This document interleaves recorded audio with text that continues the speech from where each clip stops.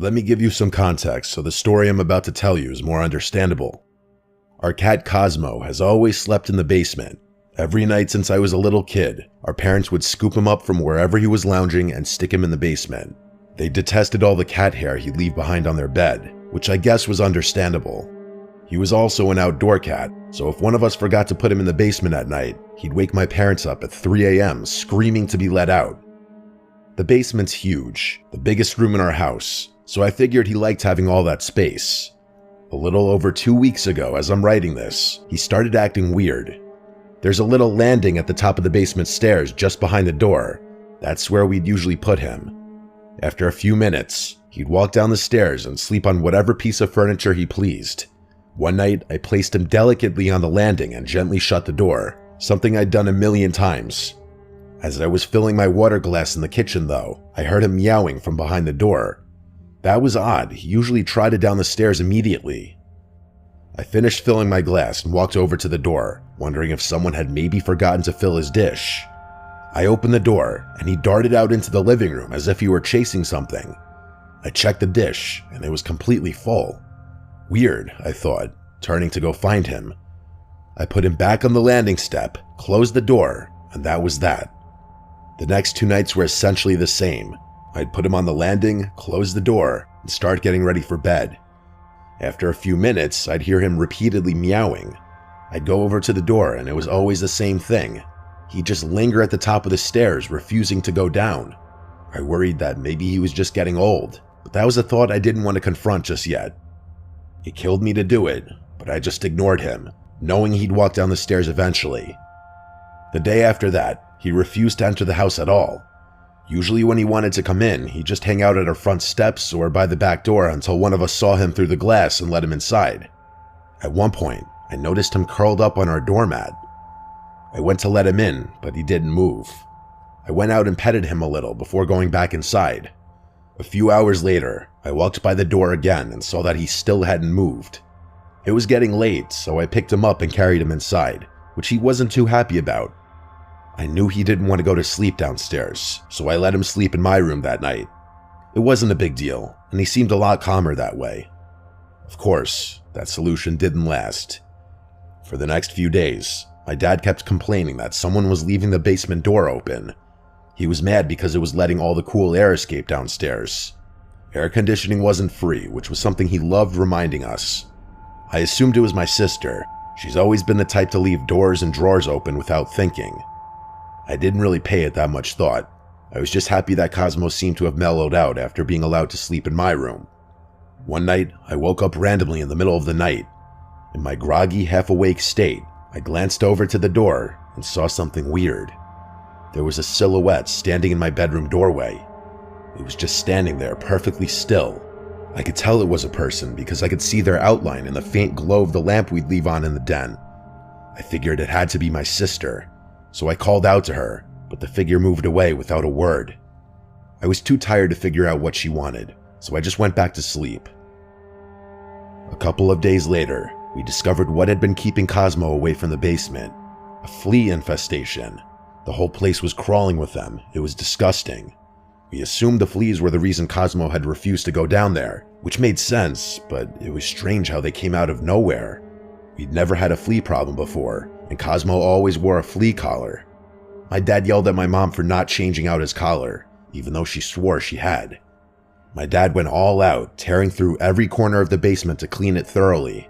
We vacuumed the carpets, sprayed the entire room, and washed everything down with flea-killing solutions. He told us to stay out of the basement for the next few days so that any stragglers would die off without a host. It seemed like a good plan, and I figured that'd be the end of it. But then, a few nights later, another strange thing happened. I was lying in bed when I noticed light seeping in under my door, flickering on and off like someone was playing with the hallway switch. I told myself it was probably just my dad getting up to use the bathroom or something. But the flickering continued, going on for longer than seemed normal. It was starting to freak me out, but I couldn't bring myself to check it out. I lay there, heart pounding, staring at the bottom of the door, hoping it would stop. Eventually, it did. I forced myself to fall asleep after that, but I've never felt more uneasy in my life. A few more days passed without incident. My dad said the basement was probably clear, which was great because I had been missing playing video games down there. After getting home from school, I went down to the basement. As soon as I got down the stairs, though, I noticed something was wrong. There were still fleas down there, a decent amount of them. It didn't make any sense. After all the cleaning, they should have been long gone. I went back upstairs to call my dad at work, but he just said to give it time. He insisted that any fleas left would die soon enough. I couldn't shake the feeling that there was something else going on, though. It wasn't normal for fleas to keep thriving like that after everything we'd done. So the next day after school, I decided to investigate a bit further. I went down to the back of the basement and into the storage room where we kept some old boxes and tools, figuring maybe a rodent had gotten in and died somewhere. I opened the door and instantly knew I was right. The smell hit me almost immediately. This thick, rotten stench that clung to the air and made my eyes water. I followed the smell to the far end of the room, where there was an unfinished crawl space that connected to the plumbing for the whole house. It was pitch black back there, and the smell only got stronger as I stepped closer. I didn't want to go in there. It was too dark anyway. I turned to grab a flashlight, and that's when I heard it. Breathing.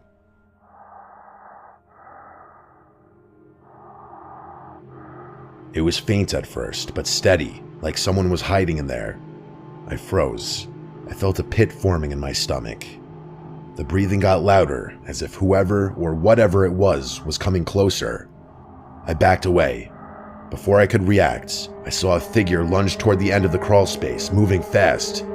A hand reached out for me, but I jumped away before it could grab me. I didn't stay to get a better look.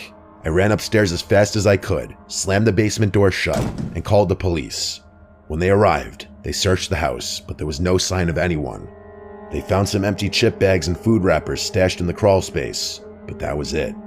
Whoever had been down there had escaped through the storm door at the back of the basement. The officer said it was probably a homeless person who'd snuck in looking for shelter, but I couldn't help but wonder how long they'd been living there and how much they'd seen. My parents were twice as shocked as I was. We've kept the basement door locked ever since, and Cosmo still won't go anywhere near that door.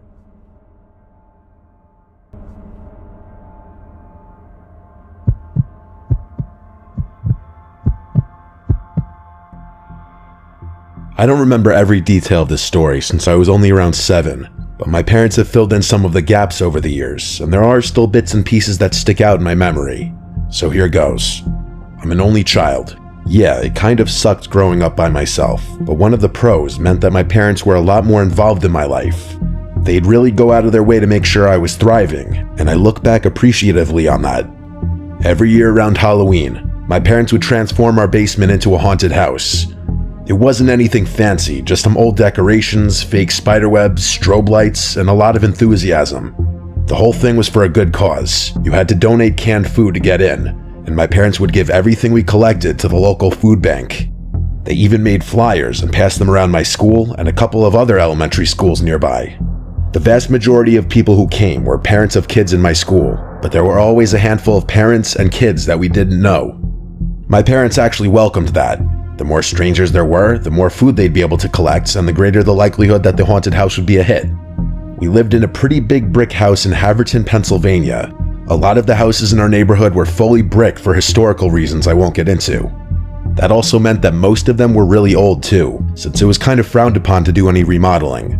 Our house was the kind of place that already had a bit of an eerie vibe to it, especially at night with its old creaky floors and dimly lit hallways.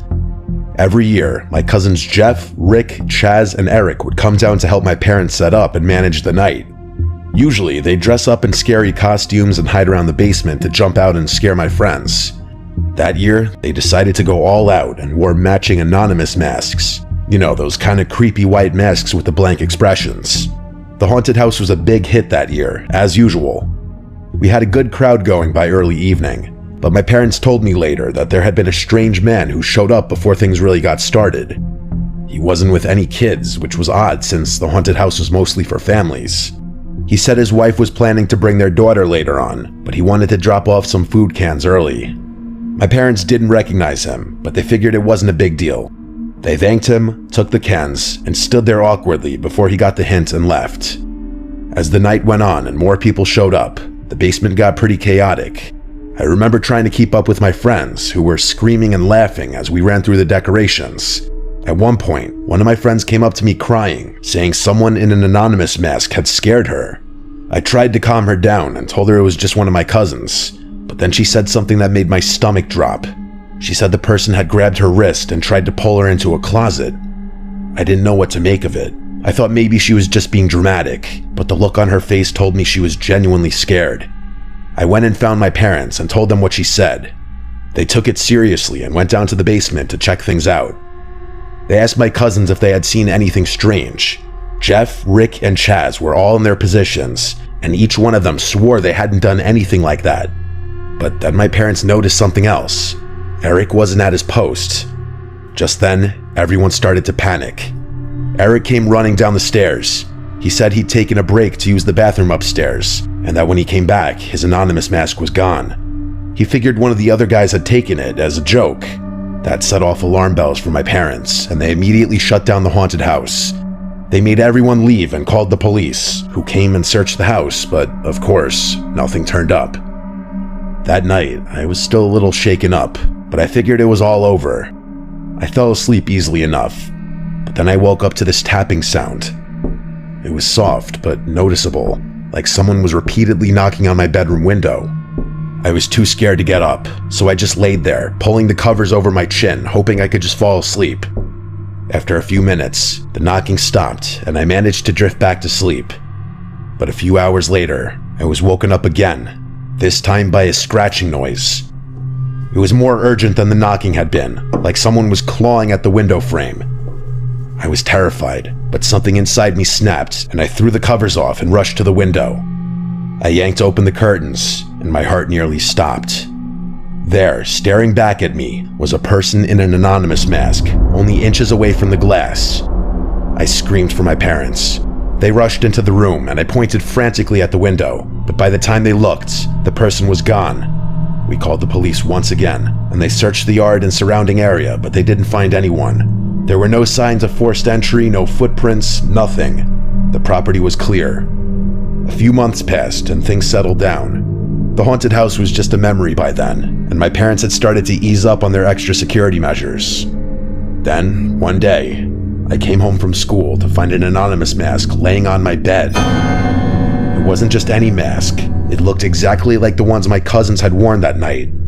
But the thing that really freaked me out was the writing. Scrawled across the forehead in black Sharpie was my name. How the hell had that guy even known my name? We called the police again, but there wasn't much they could do besides file a report. My parents added more security cameras and made sure all the doors and windows were locked tight every night. They really went over the top with the security, adding a full alarm system and putting sensors on every window, including the upstairs ones. After that, nothing else happened. At least not that we could prove. The next few months were fine, but I swore I kept hearing things outside my bedroom window. Tapping, scratching, you name it. It was probably nothing, but it got to the point where I was scared to sleep in my own bed. I've since grown up and moved out of that house, but sometimes I still wonder if there was more to the story behind what happened to me all those years ago.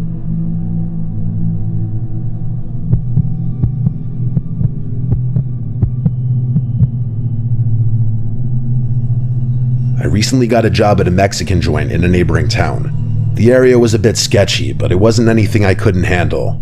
I was also pretty desperate for money, so it's not like I really had a choice. Plus, I figured working nights wouldn't be so bad, since I'd have most of the day to myself. The restaurant itself was decent enough, but the manager, Carlos, was, well, shady. He always scheduled me for the worst hours, kept me late, and never seemed particularly concerned about following the rules. He was the type of guy who made you feel like you couldn't trust him. But like I said, I didn't have much of a choice. I needed the job. One night, while closing up, I started hearing these weird noises. I was mopping the tiled floor in the kitchen when I first heard it. As I was mopping, I picked up on these two muffled sounds that sounded like soft thuds and scraping. They were coming from below the floor. It was faint at first, but I knew I wasn't imagining it. The thudding and scraping would alternate, but I was positive that there were two distinct sounds I was hearing. I listened for a while, and the noises continued for a minute before stopping completely. It startled me, but I brushed it off as something small, maybe an animal outside or the pipes settling. But it kept happening. The noise would start up when the place got quiet, just as I was finishing up my cleaning. After a few nights of this, I told Carlos about it. He shrugged it off immediately and told me it was nothing and to stop worrying. He went as far as to say the restaurant didn't even have a basement. That's when I got a little suspicious. I knew he was lying because I had literally seen the window wells around the back of the building. I wanted to tell him that, but held my tongue. I figured I'd give it another day.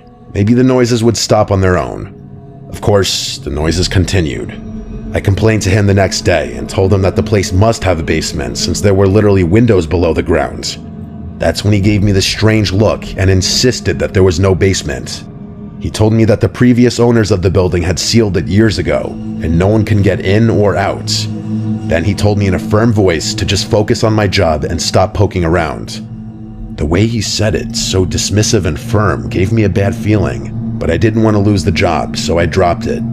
I figured maybe it was just some animal that had somehow gotten in. It was just weird that Carlos was so insisting on not checking it out or taking me seriously. For the next few days, the noises persisted. Every night it was the same, those strange, low thuds and occasional scraping, like something or someone was moving down there. I couldn't shake the feeling that something wasn't right, but I tried to ignore it. Then one night after closing up, curiosity got the better of me. I decided to take a look for myself. I walked around to the back of the building where the window wells were. I crouched down and tried to peer through one of the windows. It was pitch black inside, and I couldn't see anything, even with my phone flashlight. Just as I was about to give up, a light flickered on inside the basement just for a second. Then it snapped off before I could see anything clearly. I froze, my heart racing, unsure of what I had just seen. I rushed back to my car, too freaked out to go back inside, but I didn't tell Carlos. Something about the whole situation made me feel like it was better to keep quiet. I was not prepared for what was about to happen, though. The next time I closed, I couldn't resist the urge to go check out those windows again. I fully admit that my hands were shaking as I walked around the building. I knew nothing good was going to come from poking around.